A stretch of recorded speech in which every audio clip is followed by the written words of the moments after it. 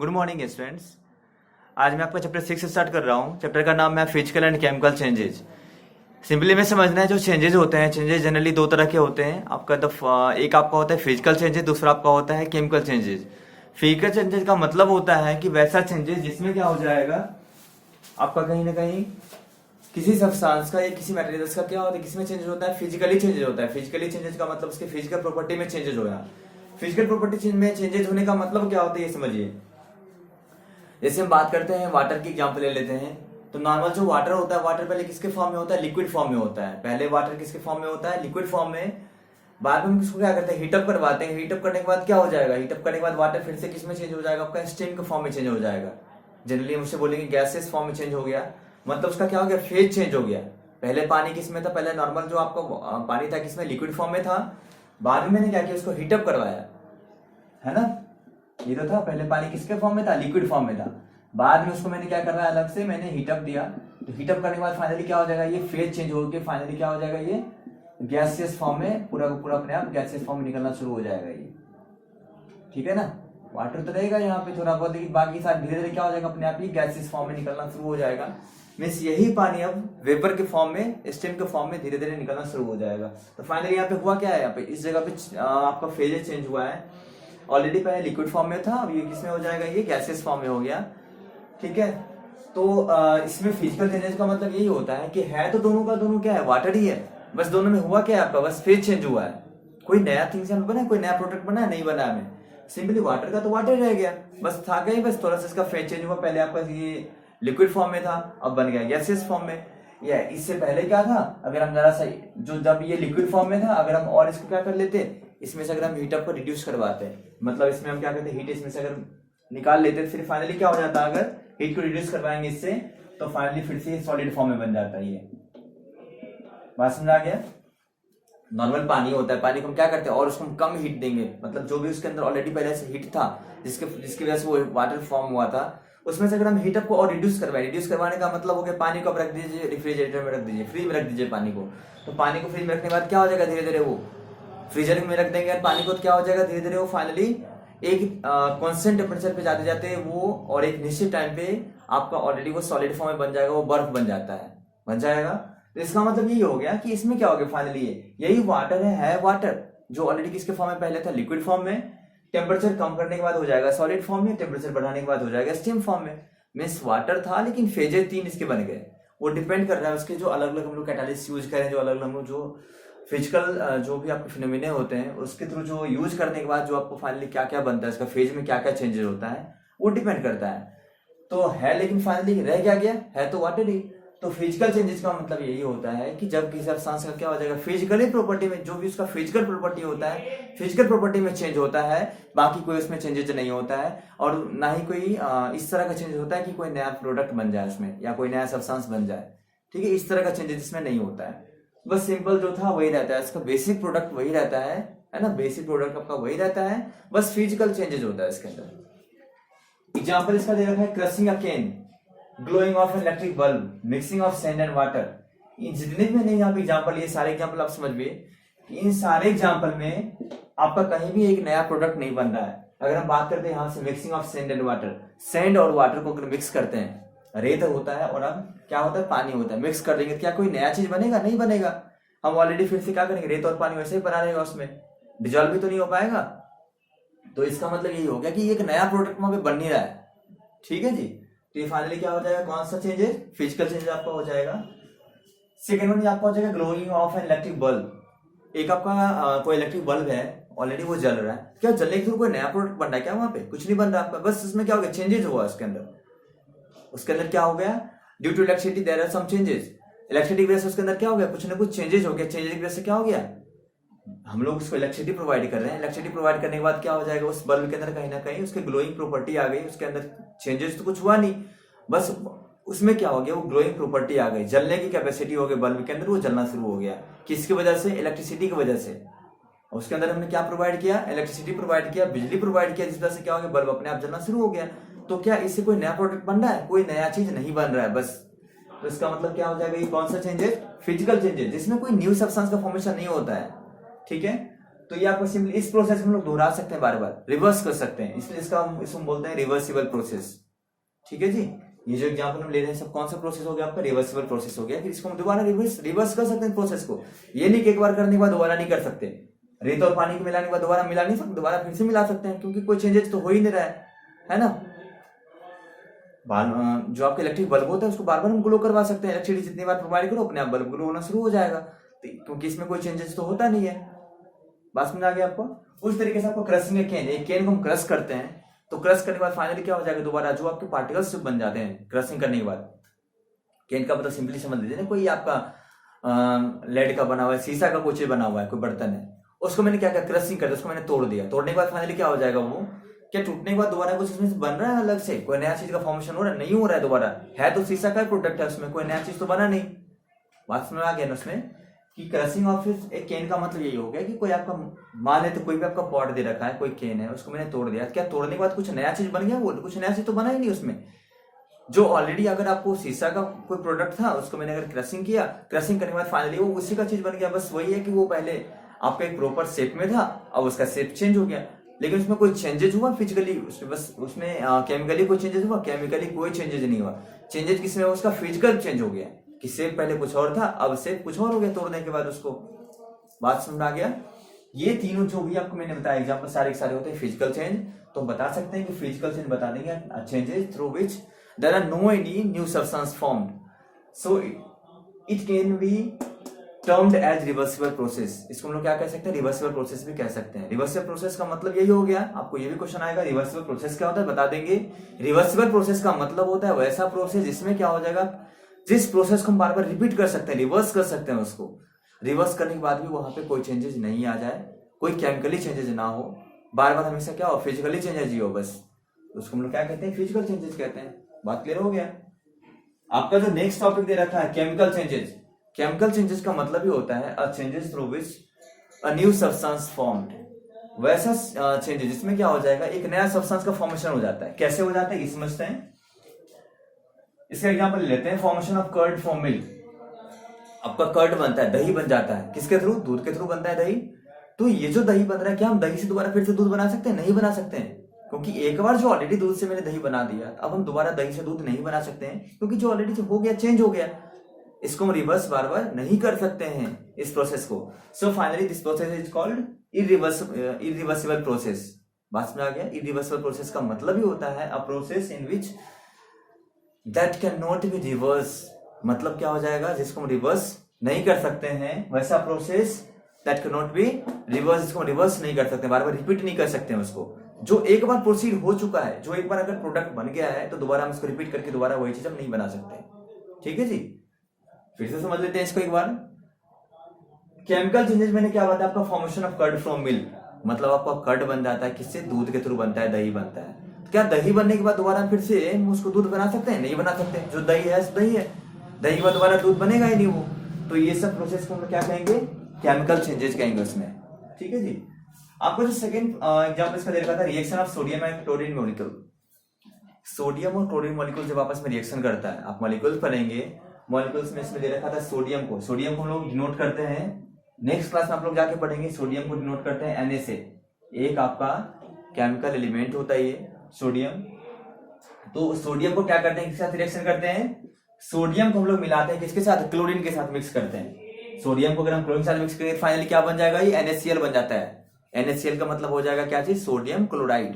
क्या बन जाता है आपका, sodium chloride, Na+Cl gives NaCl, ये हो जाएगा आपका सोडियम क्लोराइड।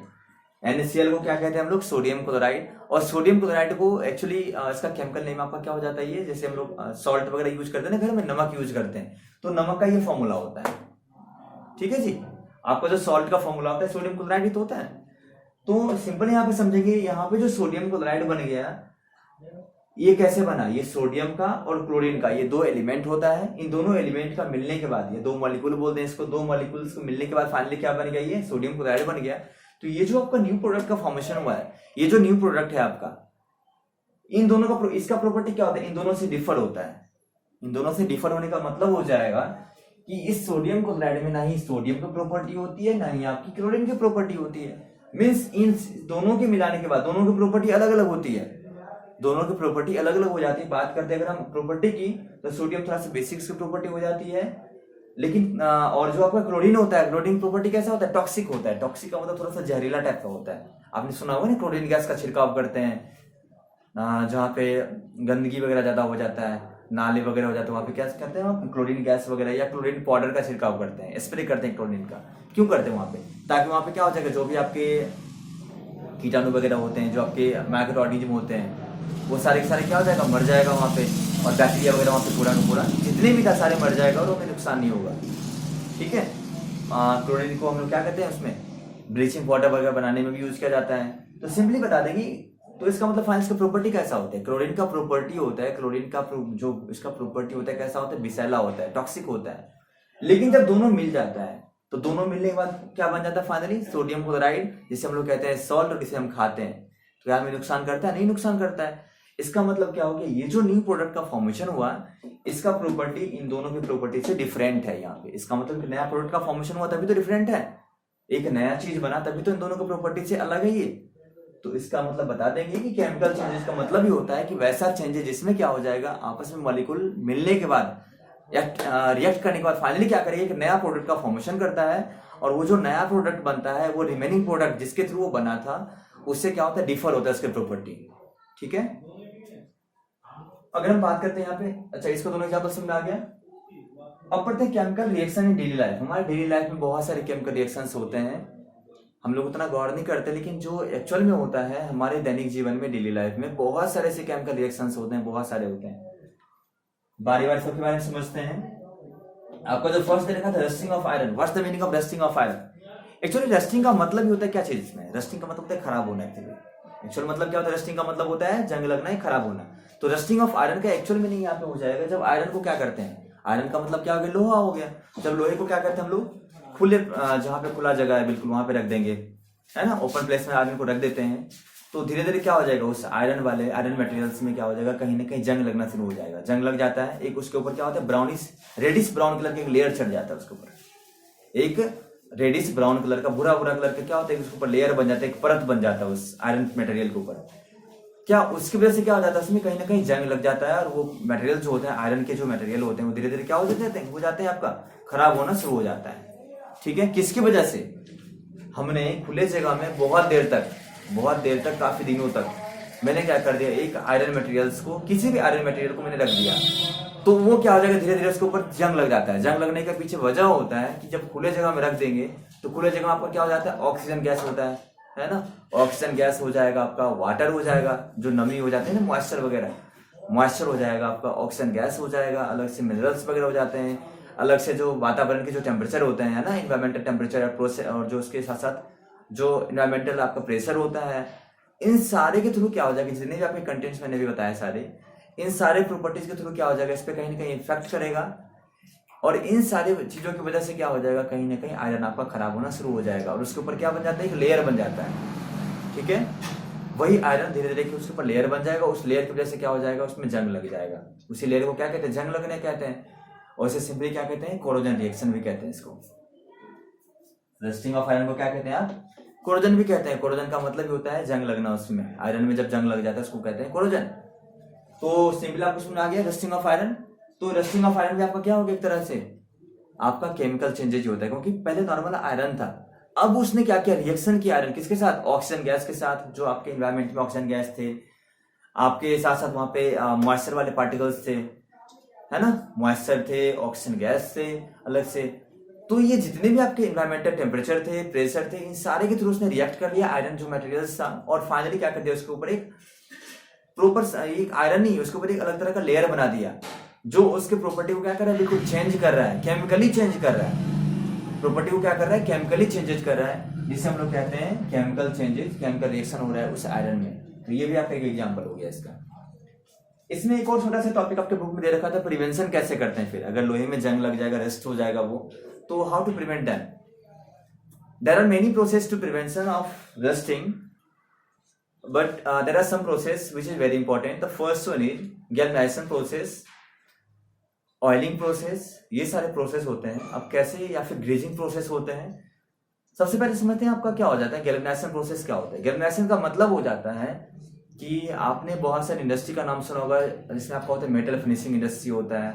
इस इंडस्ट्री में क्या किया जाता है, जो जिसमें भी जिस मटेरियल्स में आपका क्या हो जाता है, जंग लग जाते हैं, वो खराब होने लगते हैं, उस मटेरियल को क्या किया जाता है, उसमें फाइनली वहां पे आपका एल्यूमिनियम्स का या फिर जिंक का जो कि एक तरह का क्या होता है, इसके ऊपर लेयर चढ़ाया जाता है। आपका क्या जो उसका प्रोसेस होता है, मशीन की जो प्रोसेस होते हैं मशीनरी प्रोसेस के थ्रू उसके ऊपर एक लेयर चढ़ाते हैं, जिस लेयर के थ्रू क्या हो जाएगा, फाइनली उसमें जंग नहीं लगेगा। अगर जंग लगा हुआ है तो धीरे धीरे क्या कर जाएगा, अपने आप वो उसको एसिड वाले मटेरियल कुछ उसके कंप्लीट उसके प्रोसेस होते हैं, उस प्रोसेस के थ्रू क्या हो जाएगा, उसके ऊपर एक लेयर चढ़ा जाएगा। लेयर चढ़ाने के बाद क्या हो जाएगा, जो भी आप उसके बाद उस मटेरियल पे जंग नहीं लगेगा। फिर से समझते हैं इस बात को।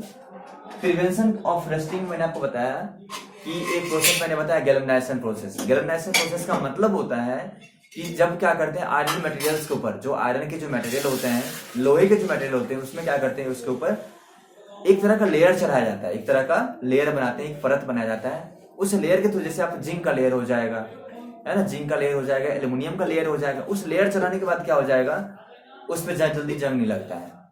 लेयर चढ़ाने के बाद क्या हो जाएगा, उसमें जल्दी जंग नहीं लगेगा और उसमें कोई किसी भी तरह का दिक्कत नहीं होता है। ठीक है जी, इसमें जल्दी जंग नहीं लगता है उस लेयर की वजह से। तो इसमें हम कहते हैं, हम लोग प्रिवेंशन मेथड कहते हैं। मैंने कौन सा बता दिया अभी, गैल्वेनाइजेशन प्रोसेस बता दिया।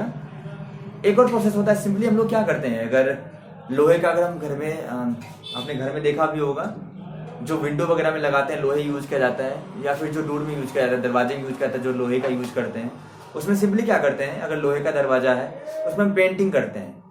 पेंटिंग करते हैं, पेंटिंग करने का हमारा मेन मकसद यही होता है कि उसमें जंग नहीं लगे।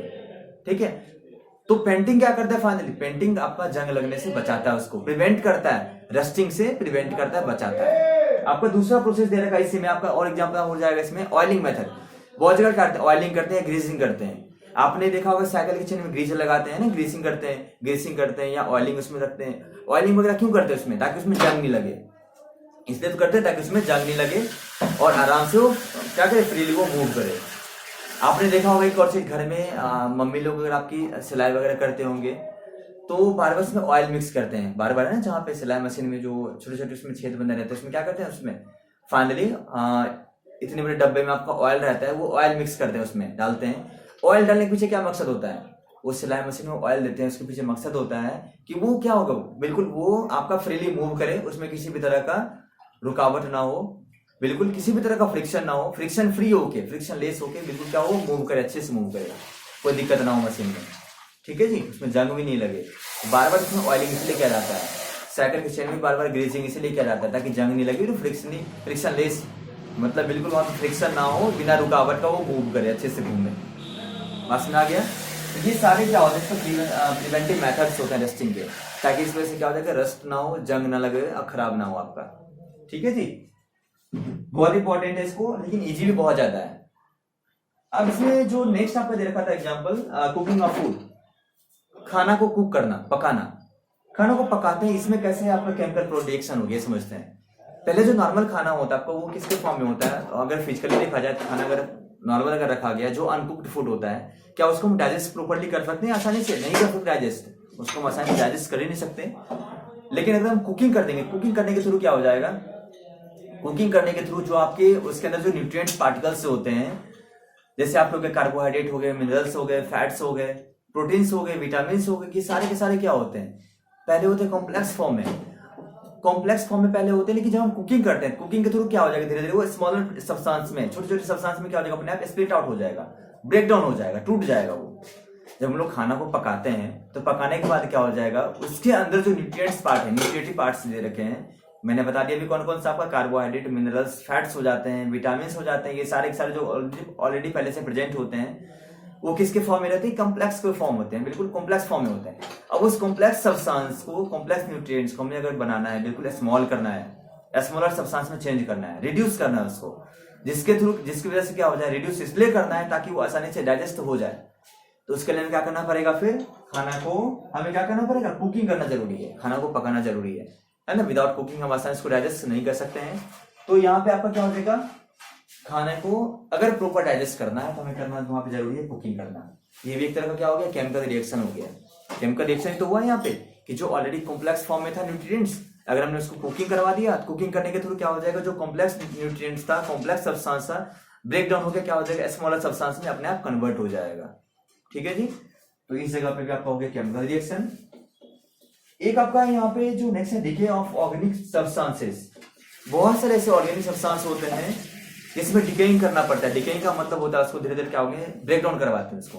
किसके थ्रू ब्रेक डाउन हो जाएगा, जो ऑर्गेनिक सब्सटेंस होते हैं नॉर्मली आपका जल्दी वो ब्रेक डाउन होता नहीं है। बहुत सारे ऐसे ऑर्गेनिक सब्सटेंस होते हैं जल्दी ब्रेक डाउन नहीं होता है, तो उसको ब्रेक डाउन करने के लिए फाइनली क्या होता है, उसमें माइक्रो ऑर्गेनिज्म बहुत सारे प्रेजेंट रहते हैं। माइक्रो ऑर्गेनिज्म आपको जैसे हो जाएगा बैक्टीरिया हो गया, फंगी हो गया, ये सारे इसमें ऑलरेडी प्रेजेंट रहते हैं। जो क्या करता है उस कॉम्प्लेक्स सब्सटेंस को, उस कॉम्प्लेक्स ऑर्गेनिक सब्सटेंस को क्या कर देगा, आपका फाइनली ब्रेक डाउन कर देगा, है ना। फाइनली आपका ब्रेक डाउन करने के बाद क्या करेगा, उसको स्मॉलर प्रोडक्ट में, स्मॉलर सब्सटेंस में कन्वर्ट कर देगा, जिसके थ्रू क्या कर सकते हैं, फिर आसानी से तुम यूज कर सकते हैं। तो यहाँ पे डिकेइंग होना जरूरी है। और डिकेइंग होता किसके थ्रू है, डिकेइंग का मतलब टूटना, उसको रिड्यूस करना है ना, to convert into reducing form.